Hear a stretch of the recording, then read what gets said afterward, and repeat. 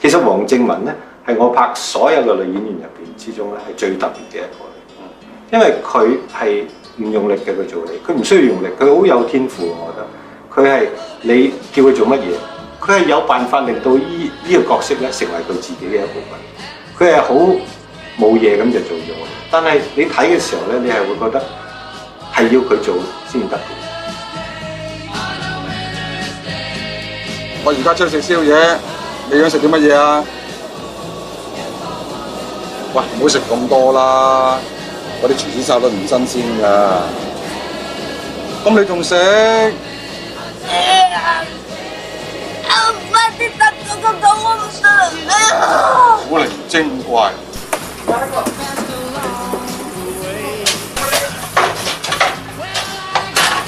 有咩唔同嘅咩？我啊，有咩唔同？好？你話唔切唔切，切咩？切，知？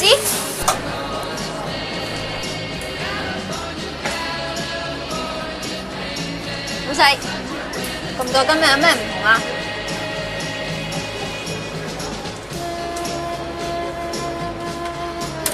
真係唔講。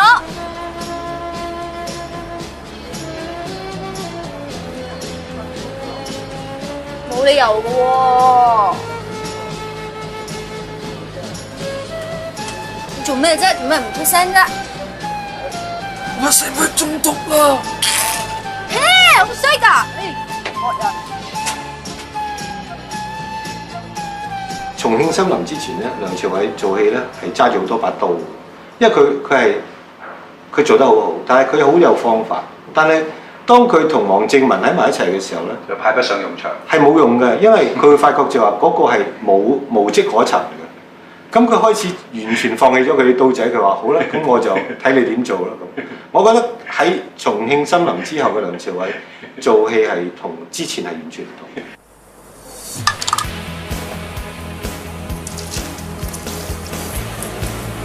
晒飛啊！唔該。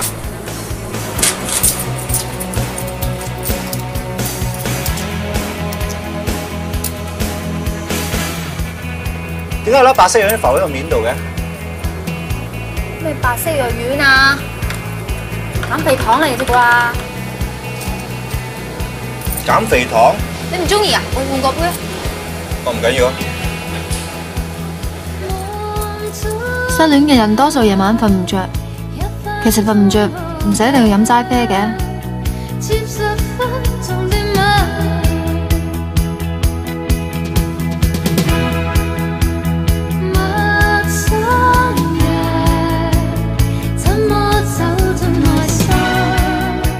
人哋話失戀會夜晚瞓唔着，但係我瞓得好好。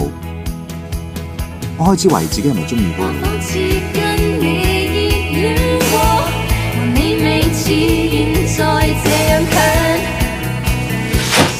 老細，買杯齋啡啊！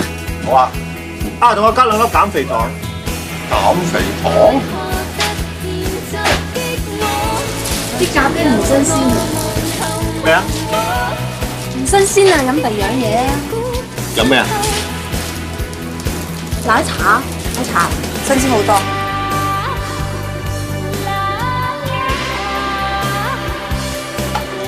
呢杯咖啡佢足足飲咗成個鐘頭，之後佢就冇再嚟過。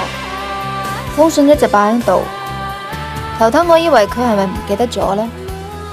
後尾我先知，原來佢根本唔想知封信講啲乜。物歸原主。哇！我幾驚整唔見咗佢。唔該。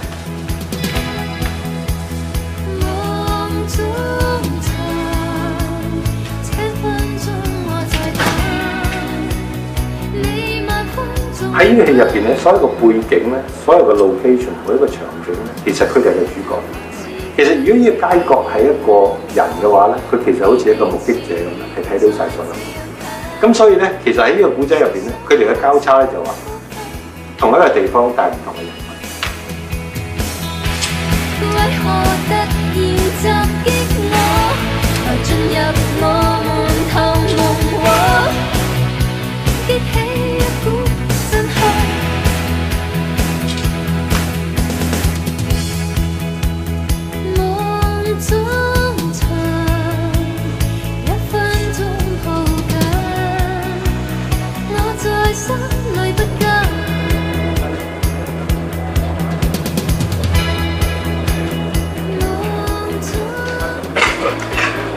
老細有支大啤啊！好啊，等等啊。